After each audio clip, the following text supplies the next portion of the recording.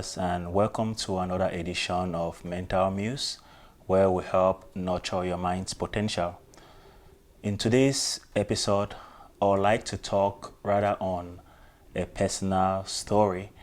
The goal for this video today is to be as natural as possible. I will do no editing of this video after I'm done today.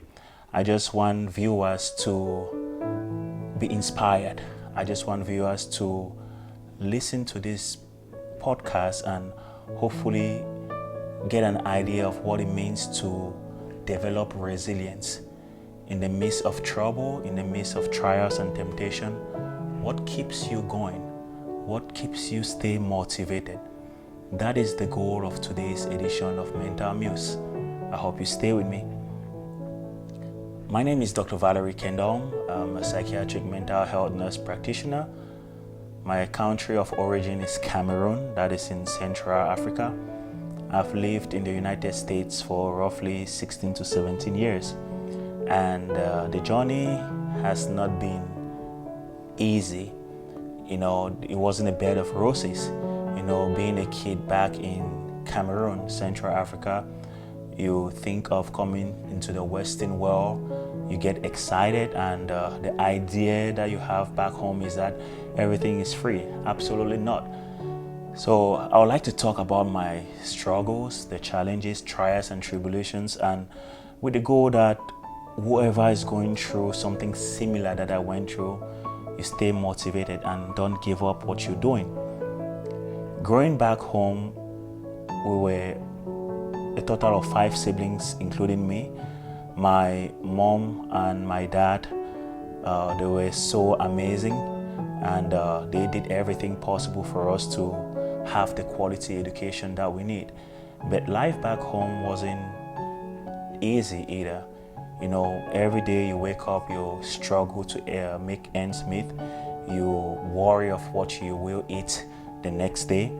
And my mom had to travel, of course, to the United States so she can find greener pastures to help support my dad, who was unemployed at that time. And while she was in the United States, things were still challenging back in Cameroon. Long story short is that in the midst of that poverty, my dad understood the value of education, and he made sure that all of his kids were educated, because in education you invest in your future. So we were all going to school, and fortunately my mom had her documents, and we were supposed to come to the United States and be with her. And unfortunately, my dad passed away the same year that my mom had gotten her papers approved. So coming to the United States, it wasn't a fanfare. It wasn't like a joyous anticipation due to my dad's passing. But moving here into the United States, I felt happy, a new beginning, opportunities, because back in Cameroon, it is not a matter of education, it's not a matter of intelligence. The opportunities are quite limited. Even those who are very well educated, placed in the best academic institutions, sometimes they get out of school and they don't have any job. Most of my friends back home, they still live with their parents because of no opportunities back there. So I was grateful coming to the United States, the land of opportunity, which I'm very grateful for. And starting my life here in the United States, I was so excited. Back in Cameroon, I fancied doing journalism, documentation, mass communication. So I started exploring those careers and the possibility of me going into something like creative writing. And through the help of family members and some established friends who were here, I ended up choosing healthcare. And prior to getting into the healthcare industry, my very first job was at Walmart. I was an overnight stalker at Walmart. This was back in 2006, 2007. And I was very, very excited with that job. I remember I called my friends back in Cameroon and I was very proud. I said I am now an overnight Walmart stalker. Every night before going to work, I'll flip my box cutter and put in my pocket as if I'm 007. I was excited. It was a graveyard shift, as we call it, night shift. Every day I went to Walmart, I was excited. Of course, I had the ambition, I had the dreams to become something more, but at that present moment, that was the only thing that mattered. So you see, most of the time we look past our opportunities, we look past our present situation. Sometimes people go to jobs and they don't invest, they don't put their 100% effort in that job because they undermine the job due to their aspirations, due to their dreams. However, if you are unable to put in the sacrifice, if you're unable to put in the integrity at that job that you don't like, what makes it certain that you will do well at the dream job that you have? So my moral lesson here is that whatever you do, regardless of how minor or small it is salary-wise, giving your best, putting your 100% effort, because by doing so, the opportunities for your next career will come your way. While working at Walmart, I made a very good friend, Ozzy, and he introduced me into the healthcare industry. And my second job in the United States was basically transporting bodies, people who had injuries, people who had passed away in the emergency room and in the ICU unit. I'll be responsible for transporting their bodies to the morgue. But I loved that job. I called my friends back home and I told them what I was doing, and most of them laughed at me, saying that I traveled to the United States to be working in the morgue. They really did not understand that. However, I was focused at that job. I did it very professionally and I loved it. And due to me doing the patient transportation job, an opportunity came for me to go and become a certified mental health, certified nursing practitioner. Not actually practitioner, certified nursing assistant. So if I did not even accept that job in the morgue, I would never have had that opportunity to be trained to become a certified nursing assistant. From receiving that education as a CNA, an opportunity also came for me to become an LPN, a licensed practical nursing, and so on. I later on become a registered nurse, and I went on to obtain my Master of Science degree in nursing. I became a nurse practitioner. So you see, one opportunity led to the other. And in everything that you do it as if it's a job interview for the next opportunity that you don't know what it might be. Because by me being a very, very prudent patient transporter, doing my job, showing up on time every day, some other leaders in other departments were observing my integrity, they were observing my punctuality, and that gave me the opportunity, and that's why I started growing in the healthcare industry. So everything you do, please do it as if it's an interview. Do it as if it's the next opportunity that may come your way. Have the integrity. Do the right thing when nobody else is watching. You never know what opportunity might come your way. And you need to also form a good support system. Sometimes we have doubt in ourselves. Sometimes we wonder if we can do what we have planned to do or what we have set out to do. Sometimes your mind questions your ambitions. So you need a strong support system during such moments of doubt. You need to form some really good coping mechanism, positive reinforcements, positive self-talk to keep going. For me, the number one motivator in my life was my mother, and after every academic achievement, she'll keep pushing me. She'll say, hey, you can do more. Don't settle for this. When I became an LPN, she encouraged me to continue and become an RN. Even when I had my Master of Science in nursing, I was so excited. And I remember I went up to her, told her that I have passed my board exam and I'm very excited. I told her that, hey, my plan when I start practicing as a nurse practitioner is to get very nice, fancy custom scrubs and basically put my name tag on it, Valerie Nkendong, psychiatric nurse practitioner. My mom was so excited and she said, hey, no, don't wear scrubs. You've been wearing scrubs all your life as a nurse. Get suits. You're now a provider. Dress in suits. You have to respect your profession. And I was so excited. I called a friend in Ohio who has a men's shop. I ordered like 12 suits.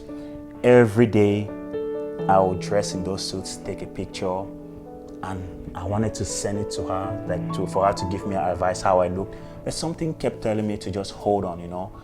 I fortunately had a job.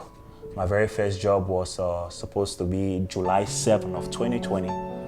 And unfortunately, my mom also had COVID at the time. So every day I kept taking these pictures, wanting to show her. She had COVID. She was supposed to return to work also on July 7th. My plan on July 7th was to dress up in a suit, knock at her door and say, hey, this is your son, ready for his first day as a nurse practitioner. But unfortunately, I never had the chance to do so because on July 4th, 2020, my mom passed away from COVID. And she never got the chance to see me dressed in suits. So every day, we live in Arizona, every day, I don't care if it's 120 degrees, I always dress in suits in memory of her. And I'm very, very grateful that she gave me that opportunity to come to the United States. I'm very, very grateful that she motivated me to keep aspiring for more and to keep going and keep going. And I still live by her guidelines, her principles that she's instilled in me. I'm just telling this story for you guys to know that in the midst of tragedy, you have to still find purpose. You still have to find a means to keep moving forward. 2020 was one of the, I'm sure for most people, it was a challenging year, COVID. And for me, it was a very challenging year also because I was just graduating from school as a nurse practitioner. My wife at the time was 8 months pregnant. I was just starting my business, Desert Boat Behavioral, at the same time. And my mom also passed away of COVID. But I did not stop moving forward. Her memory, everything lives with me. And I had a good support system. I understood what was at stake. Because in 2020, like I said, I started my own facility. I opened a psychiatric mental health behavioral facility, Desert Boat Behavioral, and in the midst of that, our company is very successful now. And if I gave up in 2020, this business probably would not have been what it is today. I had to be there, show support for my wife who was also pregnant, and collectively we supported each other.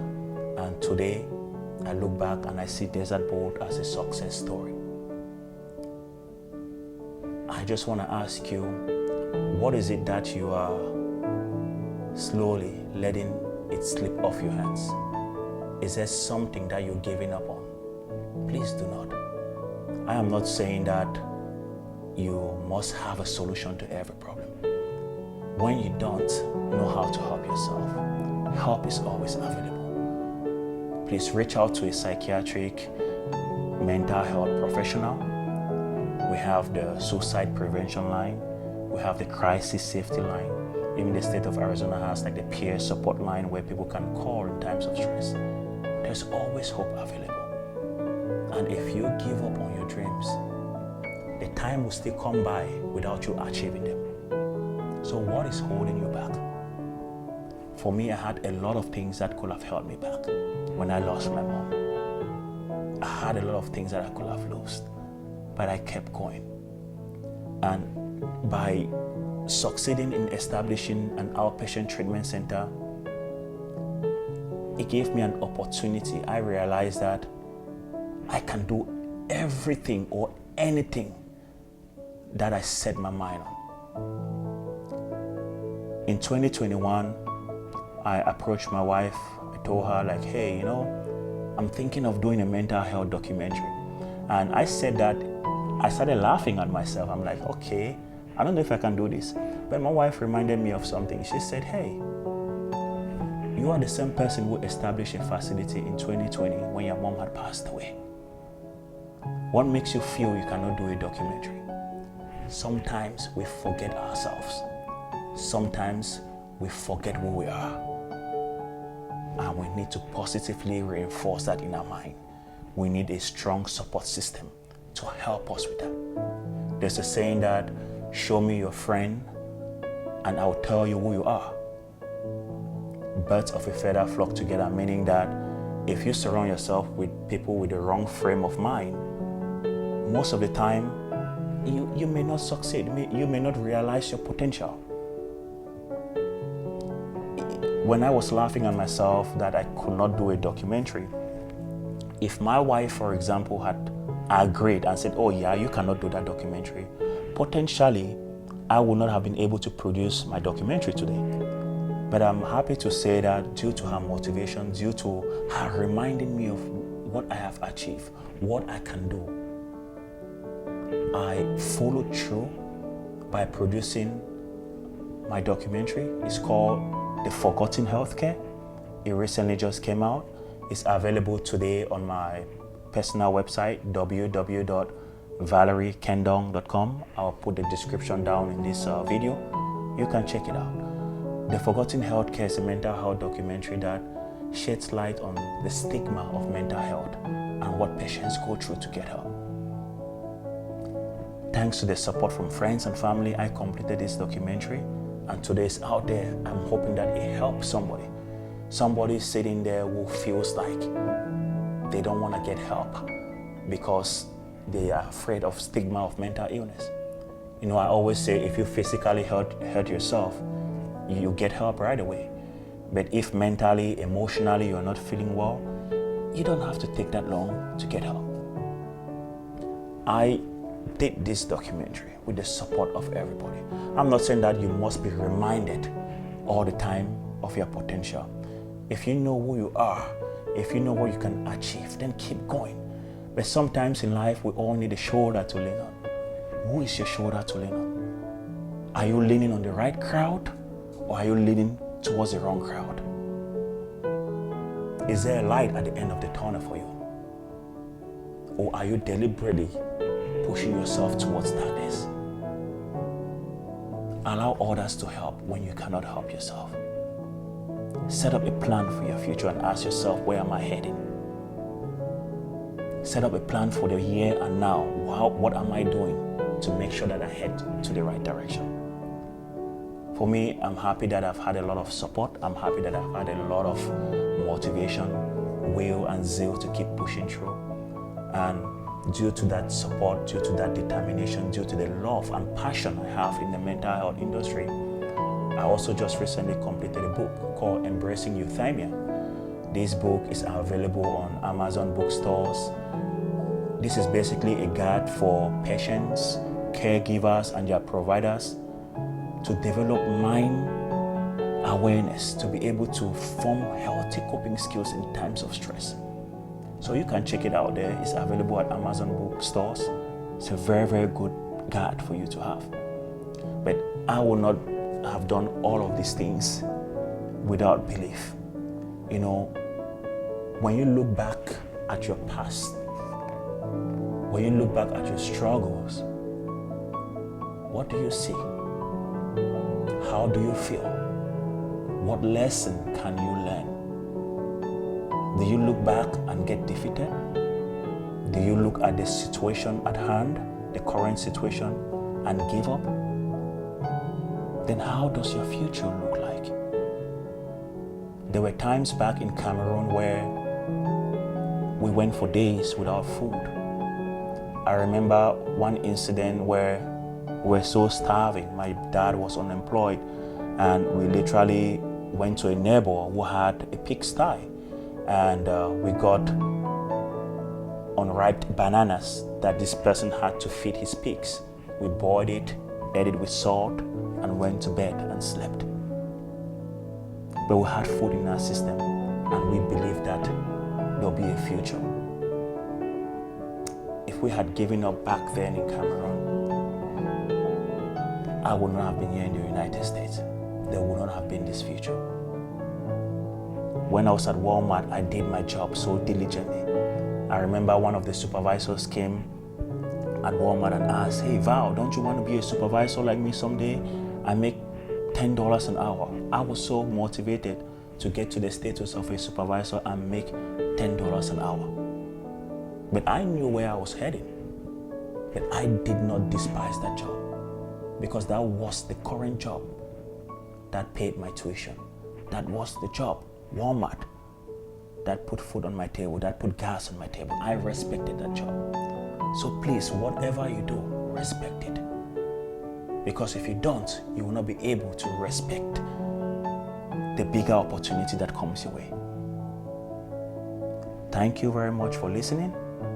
I hope this goes a long way to inspire and motivate you. I'll see you next time on Mental News.